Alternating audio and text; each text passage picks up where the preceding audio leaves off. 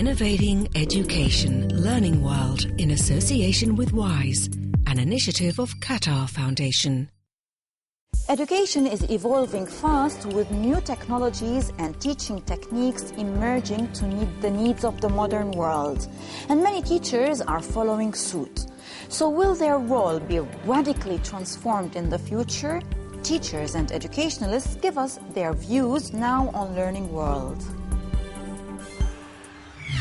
In Libya, education, like many other services, is emerging from the rubble of the Gaddafi era.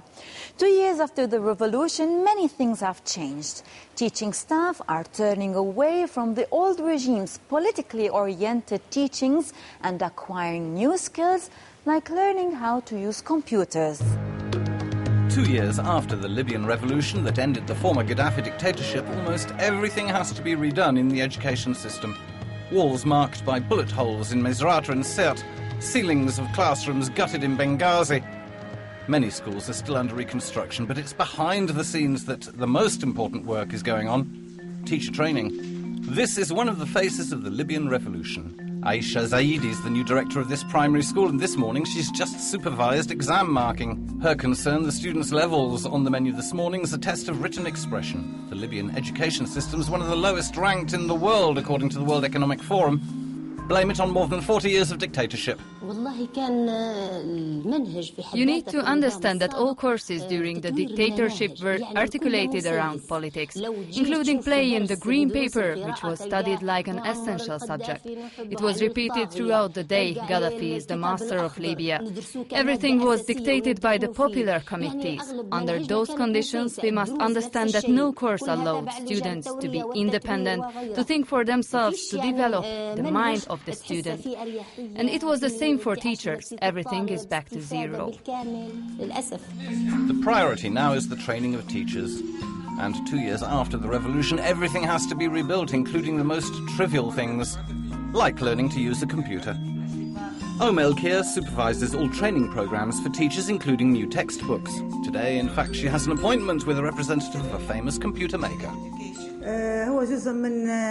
The world has turned to technology. We Libyans are no longer isolated from the world.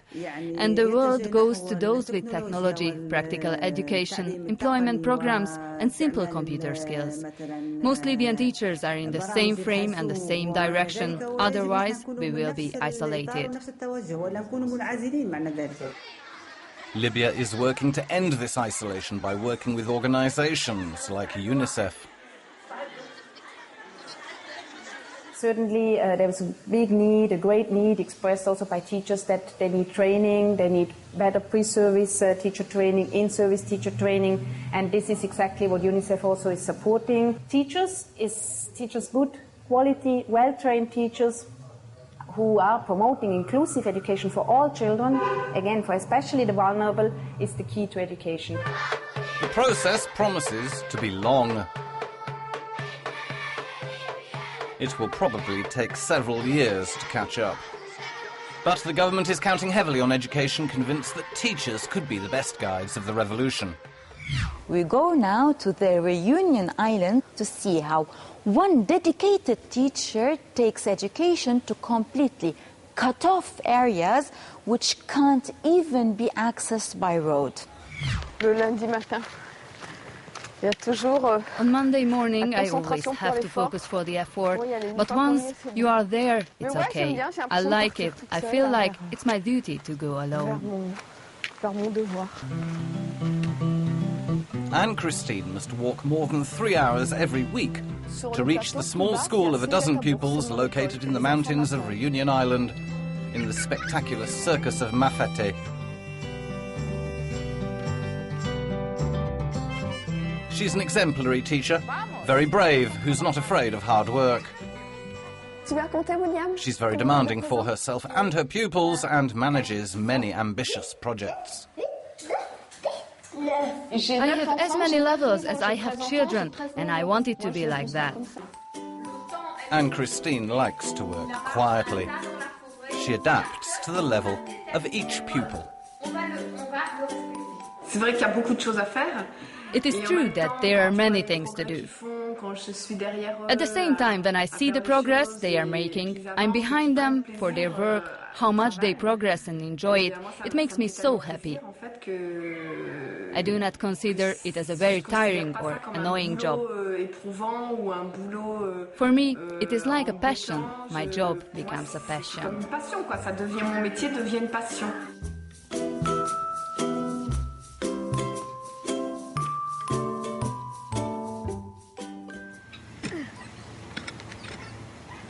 But apart from school, children need to help their parents in the rough rural mountain life. Read, learn to read or learn things from the books, yes. But we must also learn all the things in life. You have to learn reading and writing, but also how to make fire, to cook a pot of rice, learn housekeeping, learn to wash clothes. The children of this school perched on the island's mountains face a tough apprenticeship. But thanks to their teacher, they can swap chores for drama classes. Le théâtre, on articule. Habitants de Bourges, bonsoir. Bonsoir, mes amis. But some people are asking if teachers are still needed at all. Do schools even have to exist in their traditional form? Professor Sugata Mitra is an education expert and the winner of the TED 2013 prize. Some of you might be familiar with his project Hole in the Wall, shown on previous episodes of Learning World. We met Sugata again and got some revolutionary answers. Newcastle, the United Kingdom. This is home, where Sugata Mitra teaches, a 2013 TED Award winner. Thanks to him, millions of children in the poorest areas of the world are now learning. It's no coincidence that Mitra and his family decided to live in one of the poorest areas of Newcastle. So now you see it's very different from the university. Very, very different. These are areas where, if you bring people, but university professors don't come here, but they should, because, then you say that when you say there will be good teachers one day all over the world, then do you think one will come here to live? Professor Mitra is a physician and teaches educational technology at Newcastle University. Some years ago, he had a revolutionary idea, the hole in the wall. He installed computers in the streets of the slums of India and observed that children organize by themselves and learn naturally. So have we all a teacher's soul inside us? I don't know if it's a teacher inside us, but there is a learner inside us, and that learner anyway learns all the time. And I think what some of my work shows is that the learner can get turned on by curiosity and by mystery, not so much by threat. For Mitra, if you can learn something for yourself on the internet, no teachers needed. As I said, we need some changes in teacher training programs, pretty severe changes. But most importantly, we need a change in the examination system. Otherwise, my work will appear to be against teachers. It's not against teachers. It's against the kind of teaching that teachers have to do because of the examination system. According to Mitra's last experiment, the best teacher for a learner is a grandparent. Because they are not in a relation of superiority with the children, like parents or teachers, the relationship is based on friendship. In his last experiment, building a school in a cloud, grandmothers connected themselves via Skype with learners in schools in poor areas. Oh, they do it almost every day now, and they do it across several countries. India, Colombia, they're from everywhere. Now I have, grannies, they're called Skype grannies, or the granny cloud. Well, now they're from France, from Portugal, from Turkey, from the United States, from everywhere.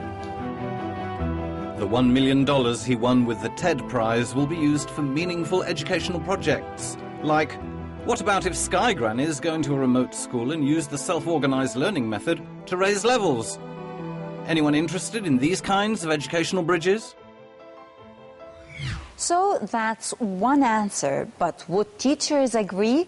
Students, parents and teachers are all welcome to join the lively debate on our social media pages.